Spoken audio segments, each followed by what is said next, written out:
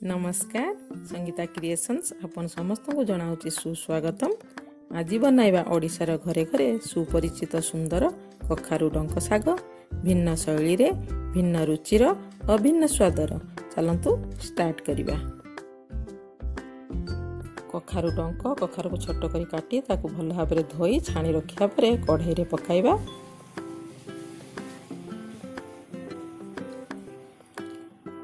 सुईज on करी सेथिरे स्वाद अनुसार लुण अल्प हलदी गुंड लंका गुंड सोरिष बटा सेथिरे अल्प पियाज रसुण जीरा कंचा लंका दे बटा होईची सेथिरे 3 चामच पकाइबा। वर्तमान अल्प पानी दे ताको किछ समय मिसाइबा। सागरु साधारणतः पानी बाहरे आउ अल्प पानी दे ताको कभर दे ढांकी दबा। कभर दे 5 ରୁ 7 मिनिट साग सिजिया पई छाड़ी दबा। साग भला भाव सिझी गलानी सेथरे पड़ता कखारु को भला भाव मिसाई दबा। एबे गोटे पात्र को काढ़ी दबा।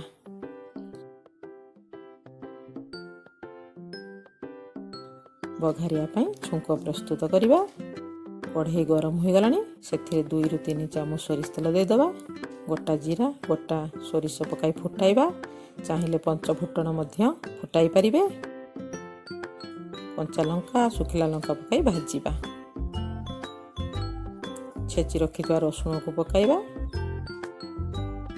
रसुण होई आसले सेथरे अल्प लुण दे दबा।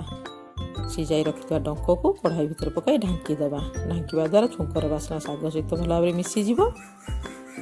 एबे गळाई रखिथवा क्षीर रे अमूल को पकाइबा।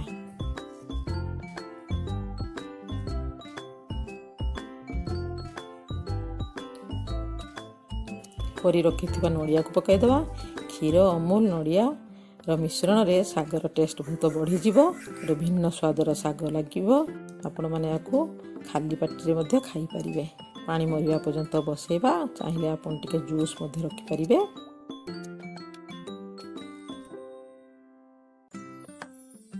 एबे साग को गोटे पात्र काढ़ी अल्प नड़िया कोरा रे सजाई देबा। आमर प्रस्तुत हो गला भिन्न स्वादर भिन्न रुचिर भिन्न शैलीर कखारु डंक तरकारी। मोर भिन्न स्वादर भिन्न तृप्तिर कखारु शाग वर्तमान प्रस्तुत हो जाइछि। आपण माने हाकु घरे रांधंतु खांतु और तृप्ति को उपभोग करंतु।